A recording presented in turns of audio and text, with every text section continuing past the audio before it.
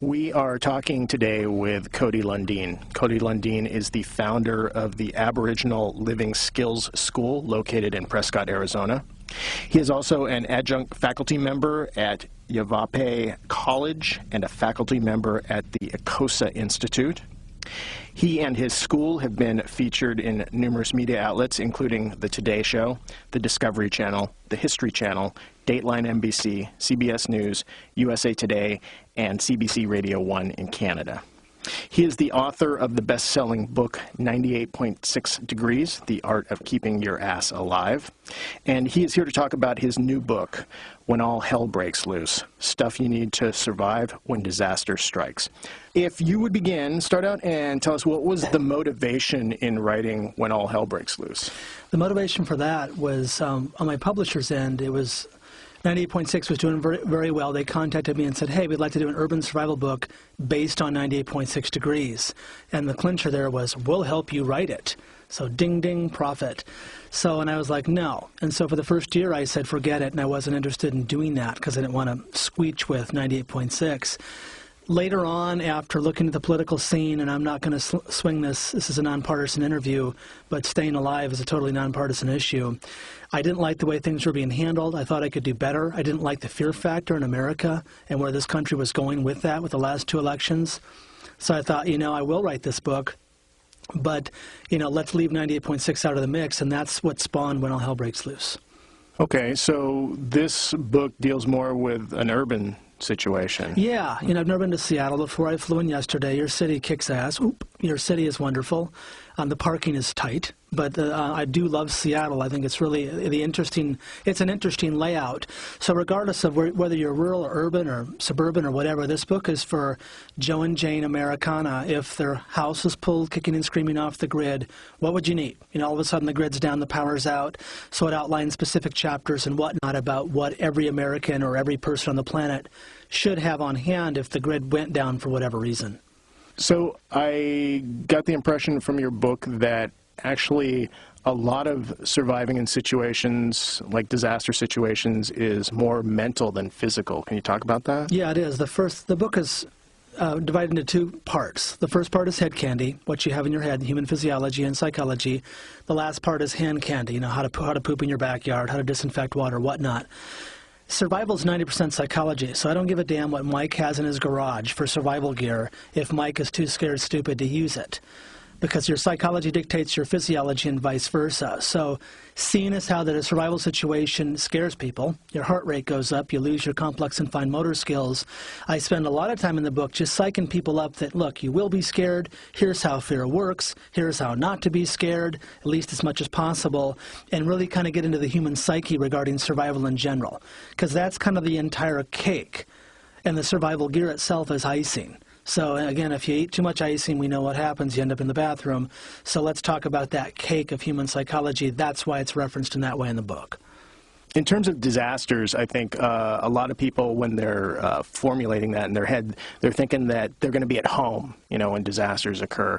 So do you cover for both when people are at home as well as when they're going to be out, like, let's say, at work or at school or in the car? Yeah, When All Hell Breaks Loose does cover, of course, it's a book on home survival or urban survival in general, but, human physiology and psychology are basically the same. So if I got compromised here at the radio station, yeah, I'd have a bug-out pack. I wouldn't necessarily, I can just see that your co-employees, oh my God, there's Mike with his backpack in the corner again.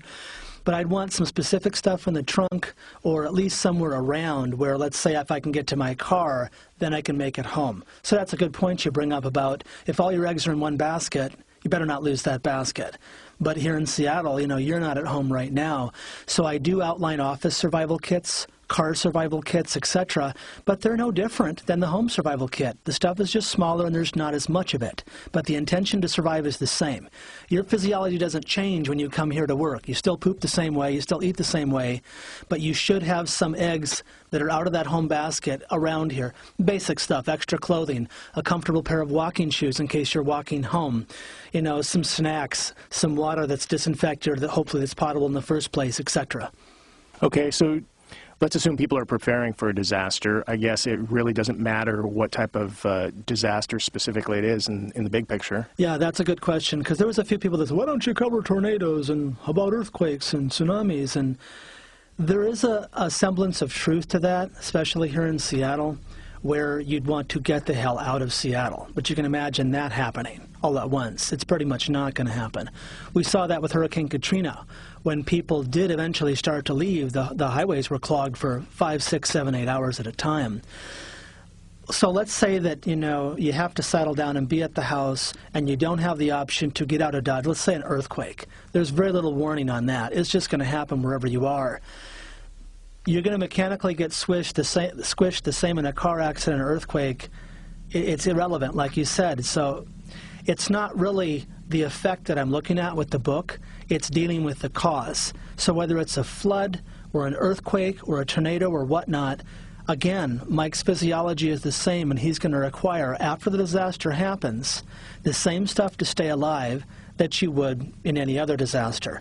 So again, to cap this out, there's times when you'd want to move and get away. If there's a hurricane approaching in Louisiana or whatever, they say, get the hell out of town right now, and you could do that and move to a safer area with your bug-out kit or your car kit or your office kit or whatnot. Most people aren't going to do that. There's a lot of disasters where they won't have the time.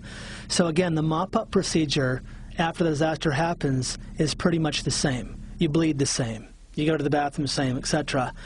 And that's what a lot of people didn't get with the book. I could have spent 300 more pages describing, specific earthquake skills or tornado skills, get under this and don't stand in this doorway. That wasn't the intention of the book. It was more causal about, okay, here's human physiology and psychology. Here's what it needs to survive regardless of the effect that might happen to us. And let's take it simple from the beginning to deal with whatever disaster might come down the pike. All right, and I would assume preparation is a big factor in all this. Preparation's key. That's what the book is about. Let's say someone buys When All Hell Breaks Loose and puts it on the shelf and it collects dust. Do not buy and start reading the How to Swim book when the boat's going down. This is all advanced preparation, and that's the entire point of the book. Yes, it can help you after the fact, but you'd want to read it beforehand and catalog your gear and get on the same page with your family. And let's say Mike is here and his sweetie's over there and something happens when they're both at work. They'd want to know, hey, if something happens and I can't get you on my cell phone, then the grid is down in Seattle, let's meet here and let's have a game plan. It's no different than the woods. If you went up to the Cascades or whatever in the mountains, you'd phone folks back home and say, hey, look, we're up on Trail 297. We're leaving Friday night. We'll be back Sunday evening. And if we're not back, then search and rescue will get us. So the who, what, when, whys, and wheres are very similar for a wilderness survival situation as it is in keeping track of your loved ones in an urban scenario.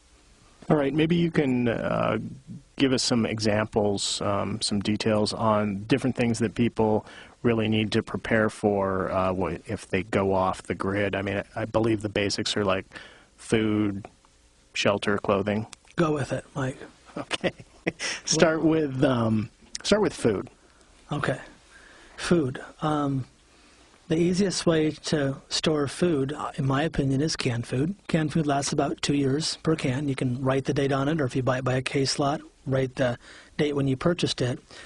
It's easy to eat. You can open it on a brick wall if you need to, if you don't have a can opener.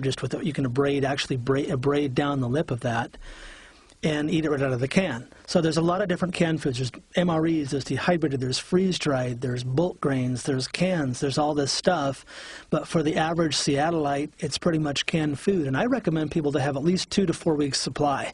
I don't get into how much stuff in When All Hell Breaks Loose, because that's dependent upon the family's intention. I do get into, here's what you need or you're dead, short or long term. But how much the family does, everyone's on a different page with that. In the Mormons, it's 12 months, and for you, it might be a week or whatnot. To back up before that, the main thing is thermoregulating core body temperature. That's why my first book was called 98.6 Degrees, The Art of Keeping Your Ass Alive, because your core temp is about 98.6. And especially here in Seattle, man, it was like, I went from like baking hot desert sun to the weather calls for rain again here in Seattle, and so that immediately drops the core temperature with all the moisture. So if Seattle is pulled kicking and screaming from the grid and your house no longer has 72-degree room temperature, you need to regulate core body temperature first. That's by far, hypothermia is the biggest killer in outdoor accidents in a wilderness survival situation. But people don't realize that, what if I didn't have this alternative heating or cooling source? In my desert, what if in June the power grid goes down and it's 118 degrees outside?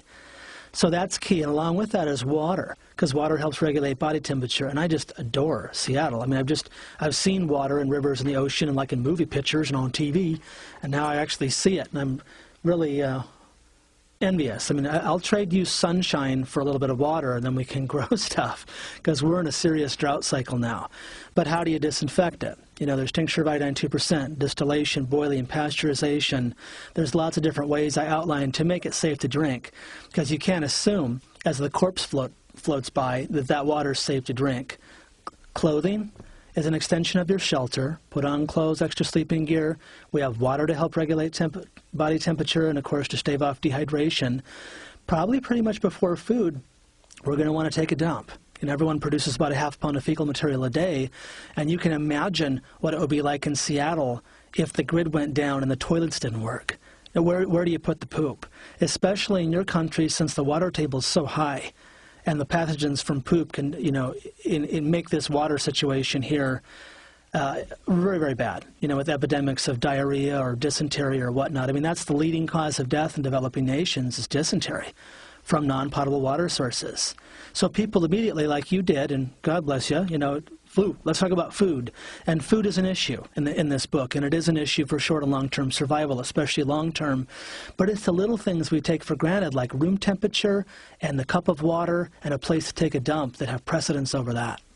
Well, so go into a little more about where do people take a poop? Is it fine to just keep using your toilet? Obviously, it would keep working without electricity, but the pump stations and stuff wouldn't have the electricity theoretically to take that way. I mean, to flush your toilet, it uses water, and do not expect the water to be up and running, when the grid goes down. So let's say you're looking at this empty toilet. What I would do is I would harvest out of the back of the toilet, not the bowl, for God's sake, whatever water I could, and then disinfect that. Water is much more precious in your body than it is to flush a turd away. So even if we had this toilet bowl that was empty, we could still put a couple garbage bags and tape them to the lid and poop into the toilet, but into the bag, and take that bag out to a garbage can that's heavily strapped and, with sodium hypochlorite 5.2 or 6% chlorine bleach, and wrap up those packages in plastic wrap and dispose of them until we could deal with that. So if you're in an apartment, like the hotel I'm in is 4 stories high. I'm not going to go out to the courtyard and dig a trench and start taking a dump. Well, I might. But there's people that don't have that option because they're in an apartment. They can use a garbage can. They can use the existing toilet with plastic bags and then wrap that up carefully and put that in a safe location, which we can talk about in a minute, until the little guy comes around with his truck. Now, if you're in Seattle and you have a backyard, you're pretty much home free. You want to think like a raindrop and not dig a cat hole or a slit trench in an area that's too close to water. But just like when you're camping, you can dig a trench, depending if you have a large family or individual cat holes, and just poop into the ground and then cover it over with the excess dirt that you took out with that. And you can use toilet paper and whatever. I mean, I outline ways to wipe your butt with your hand in the book, or lots of different things that are out there in the woods to do that with, or in your backyard, from newspaper to rags to whatever. But the main thing is to either deal with it fairly permanently in the earth, like if you did have the backyard, or deal with it temporarily with several layers of plastic. The Romans used to just do their thing in the bedpan and throw it out onto the street the next morning. And that's a faux pas. If Seattleans do that, it's a major, major cause of disease.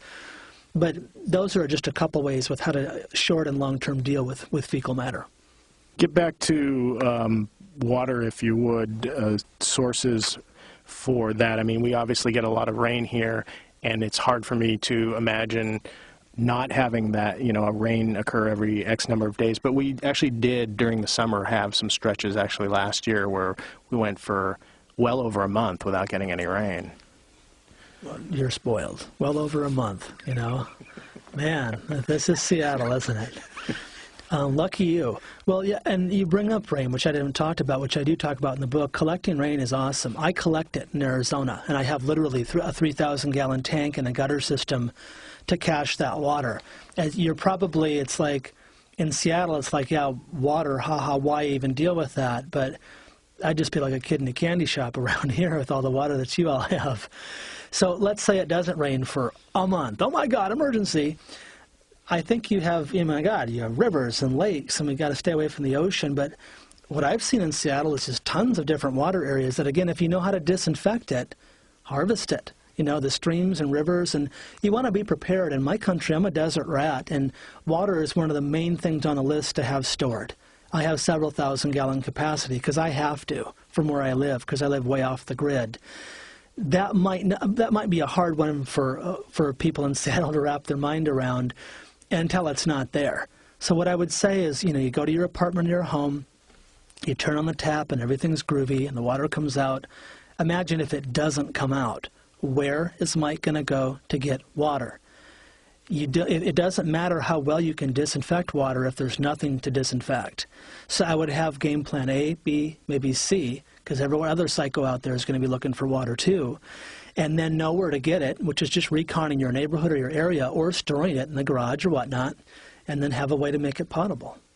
And can people make water potable with standard items that are probably like under their sink? Yeah, good question.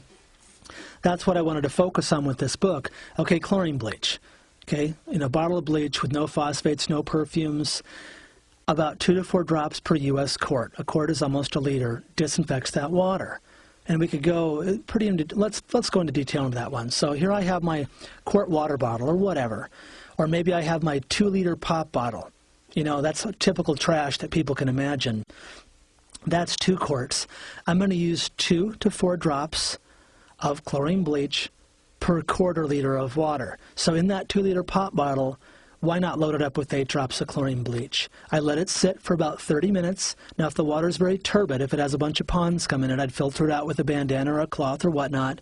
Or if it's really, really cold, I might add a little bit more chlorine bleach. Or I'd let the contact time stand longer, which is 30 minutes. So here's my 2-liter bottle. I can put 4 to 8 drops of chlorine bleach in it, let it sit for half an hour. If I crack the top of the bottle and I don't smell chlorine, I'm going to add a couple more drops and let it sit for another 30 minutes. That's kind of the no-brainer way to disinfect water. Another one is tincture of iodine 2%, which I use a lot. I also use it as a wound disinfectant. Depending on what your age or when you grew up, now it's all povidone iodine 10%, the generic for betadine, but it's the stuff Mom put on the cut that stained your skin orange and that hurt like hell because tinctures have alcohol. I can add 5 to 10 drops of that per U.S. quarter liter of water. But the contraindications of that, iodine, are no thyroid issue, no allergy to iodine, or not if you're pregnant. So those are 2 things that people might have right now in their house, let alone boiling. I mean, Seattle, the evergreen state, hoo-ha, you have all this fuel in a pot, you can boil it. So let me ask you this. There's a lot of BS on websites out there. How long do you think someone needs to boil their water to disinfect it from waterborne pathogens? I'd guess 10 minutes. 10 minutes, and I've seen some websites that say 10 and 20 minutes in the same damn paragraph, obviously written by the 6-year-old in the house. Just bringing water to a boil disinfects it. Okay, if you're at altitude, which we're not, because the ocean's right to our left or right, whichever way it is, you can boil it for another minute or 2. So just knowing that I can take funky water and boil it in the backyard or on a propane stove or over a fire pit in the backyard or whatever I have to improvise after a disaster, I've saved time, I've saved water, and I've saved fuel. Just knowing that, no, you don't need to have it rolling boil for 10 minutes. Just bringing water to a boil will disinfect it just fine. All right. Getting back to food, I think a lot of people might think that they could, in a disaster, if they can't drive, they could eventually get to a store. Although I don't think they consider that the stores need regular deliveries and electricity as well. So what happens when, the stores are fully depleted or depleted enough where you can't depend on them and, your neighbors, you've pretty much borrowed all the food you can from them? Well, it won't be an issue for you, Mike, because you will have read the book and prepared and have stored food. So the thing with this book is like, Well, I can reel in the aftermath of the effect, or I can deal with the cause. So, yeah, it's an average stat out there that most grocery stores in America have a 3-day supply of goodies. And you want 3 days to go down to 2 or 1, then have a real crisis hit Seattle here. Store your food. For you or your loved ones or whoever's at the house, make sure that you have, in my opinion, a 2 to 4 week supply of, again, even if it's beanie weenies. You know, I outline how to kill and eat a rat in the book. That would be a hell of a show, wouldn't it? Mike Eats Rat, here, live at 6. So you don't want to do that, man. You don't want to mess with the rats and whatever, and you don't need to. Even if you're eating asparagus for 3 days, you'll be a happy camper. And I outline starvation all over the world that's happened and what people have eaten to really get an incentive for people. Just, hell, when I can go to the discount store and buy a 50-pound bag of rice for $20, there's little excuse not to have food around the house. Yeah, I believe been following the potential pandemic outbreak. You know, they're thinking with avian influenza, and the official government length of time that people could be barred in their houses is, I believe, 8 weeks. So that would be storing a lot of food for that. Yeah, I did some research on the CDC, Center for Disease Control website as well, and if you ever do that, you'll probably fill your pants with excrement because it's not very pleasant to read. And this is from the big cheese. You know, this isn't some wacko in northern Montana, you know, who's built a bunker in his backyard. And they say if an influenza or pandemic flu hits America, that you should be prepared for waves of it, because it would come in waves and come back and then come back again. 2 to 3 months is what they said of being in your house. So that's a lot more food than most people have right now. And again, I don't get into amounts or quantities in the book. That's relevant and that's custom to the family's intention for training and preparing. But yeah, you bring up a good point. I mean, this is out there right now. Someone told me that Oprah had on the lead guy in the CDC like 6 months ago. And she asked him, you know, why do we all have our head up you-know-where when it comes to this pandemic stuff? And then she answered her own question and said, we're too worried about Brad and Jennifer, aren't we? You know, it's all that's Britney Spears and whatever. And the guy just nodded his head. And no one cares. No one really wants to know. You know, I applaud this station for even talking about this. You know, I think that Seattle and Portland, Northwest Coast is very progressive. You're very hip. You're kind of ahead of the curve, and you damn well should be, because you're at the ring of fire. You have potential flooding, wind, volcanic activity, earthquake. You know, this is a hot zone for natural disasters, and so Seattleans should, you know, have some basic preparedness skills. That should be really a trump card played by the governor or whoever of this state to get everyone on the same page. And yet the book outlines it's Mike's responsibility. It's not the government's, and I'm really big on pushing personal responsibility because that just makes it easier on the entire system if the grid does go down. All right, so in addition to the covered food and water and shelter and sanitation. And sanitation, what else do you see as critical? Lighting. Okay, lighting would be huge. If the studio, if it went down right now, would be sitting in the dark and blowing each other kisses. So that's easy to deal with flashlights and batteries. If homes have kids, which a lot of them do, if you get into the candles or the oil lanterns or the oil lamps, or you're dealing with a radiant light source. Okay, so if the candle falls over, then the house can burn down and we all die. So that's not a good deal. With the LED lights, with the Xylem light sticks, with a battery-operated flashlights, there's really no reason not to have light for the night. I just got off on an outdoor course a couple weeks ago where we were eating rattlesnake and rat, and, you know, no flashlights allowed, and we're out in the backcountry of Arizona, deep in a canyon, and the fire is the only thing we have at night for light and to keep us company, and etc. So lighting's a huge core value that's easily remedied. Another thing would be communications. You know, again, and what I referenced earlier with you, Mike, was leaving the game plan with family members about, hey, if something does happen, here's what we're going to do. I'll meet you at so-and-so if the grid goes down in Seattle. That's kind of an unspoken game plan that doesn't require any batteries to work. And there's a lot of different things, from CB, shortwave radio, a lot of stuff that people probably aren't going to have, you know, if the grid goes down. And cell towers are very vulnerable. The Internet's very vulnerable. But again, just knowing to have some place to go where you're all together, that would be my first line of communications. And getting to know your neighbors. I don't know how Seattle is with their community programs here, but if your entire neighborhood is hip and on the same page, there's a lot less fuss that's going to happen and a lot more cooperation that will happen if and when a disaster strikes. Another thing that would be critical is transportation. Okay, you know, I've been driving around here. It's not actually, I thought it'd be a lot worse, the traffic. It's not, you can go to Phoenix during rush hour. It's a nightmare. But if the petrol gets pinched or there's a bunch of traffic jams, I mean, the bicycle would be king, having one of those. And if nothing else, a nice quality pair of footwear, a good pair of walking shoes. I just came from the TV station where the hostess, she was hot. She was, I don't know what her name is, Natasha. And she was wearing these wonderful pumps. And I don't have like any weird fetish or anything, but she was wearing these spiky high heels that she couldn't go 2 or 3 blocks in if she had to. So let's say that the TV station, you know, we succumb to a disaster in Seattle and we're stuck with dress clothes. You're not going to be able to walk even a mile back home without getting blisters. And this seems so simplistic that no one really cares. Just put a good pair of walking shoes under the seat of your car. You know, again, have a place and a way to walk home. You know, you can't, you know, there's no use strapping the bicycle to the car. That's for later. But my thing is to get your family safe and to have an area where you go to, a way to get there via transportation and communication like we've outlined, where you can get to your supplies and to each other so that then you can go to plan B, you know, surviving the disaster after it happens.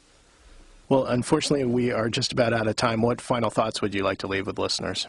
Be prepared. Don't assume it won't happen to you. I think complacency and a desire for comfort are big bugaboo here in America as far as people not thinking, people thinking that they don't have to prepare because it's not going to happen. It can happen to Seattle. It can happen to anywhere. Realize that a disaster situation could happen and prepare for it and be on the same page with your family or loved ones so that when you get scared, and you will be scared, that it's less of a fear factor so you don't lock up and so that you can use your survival supplies to your best advantage. All right. Well, I want to thank you for spending time with us today. Thank you, Mike. We have just been speaking with Cody Lundin. He is author of the new book, When All Hell Breaks Loose, Stuff You Need to Survive When Disaster Strikes.